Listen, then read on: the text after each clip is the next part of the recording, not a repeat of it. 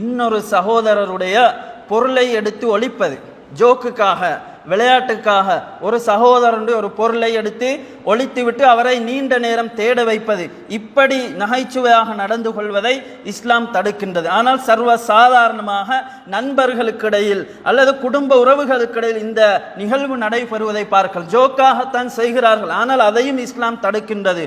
உதாரணமாக திறப்பை எடுத்து ஒழிப்பார்கள், அல்லது பேனையை எடுத்து ஒழிப்பார்கள், அல்லது மொபைல் போனை எடுத்து ஒழிப்பார்கள்.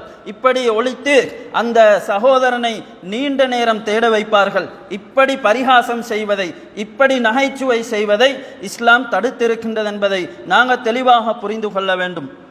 ஏனென்று சொன்னால் நபிகளார் ஸல்லல்லாஹு அலைஹி வஸல்லம் அவர்கள் சொல்லுகிறார்கள், அபூ தாவூத் என்ற கிரந்தத்திலே பதிவாக இருக்கின்றது, லா யஹுதன்ன அஹதுக்கும் மதாஅ அஹீஹி ஜாத்தன் வலா லாஇபா, உங்களில் எவரும் தனது சகோதரனுடைய பொருளை அதாவது நிஜமாகவோ அல்லது விளையாட்டாகவோ எடுக்க வேண்டாம் என்று நபி அவர்கள் சொன்னார்கள்.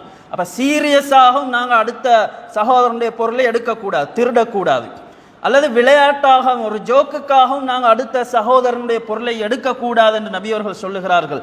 சொல்லிவிட்டு சொன்னார்கள், வஇதா அஹத அஹதுக்கும் அஸா அஹீஹி ஃபல்யருத்தஹா அலைஹி, உங்களில் ஒருவர் தனது சகோதரனுடைய ஒரு தடியை எடுத்திருந்தாலும், ஒரு தடியை எடுத்திருந்தால் விளையாட்டாக எடுத்திருந்தாலும் கூட அதை திருப்பி கொடுக்கட்டும் என்று நபிகளார் ஸல்லல்லாஹு அலைஹி வஸல்லம் அவர்கள் சொன்னார்கள். அப்ப விளையாட்டாக கூட நாங்கள் இன்னொரு சகோதரனுடைய ஒரு பொருளை எடுக்க முடியாது. அவ்வாறு பொருளை எடுத்து ஒழித்து அவரை நீண்ட நேரம் தேட வைப்பது என்பது இஸ்லாம் தடை செய்த நகைச்சுவை முறையாக இருந்து கொண்டிருக்கின்றது. சில நேரம் அவருடைய மொபைல் போனை எடுத்து நாங்கள் ஒழிப்போம்.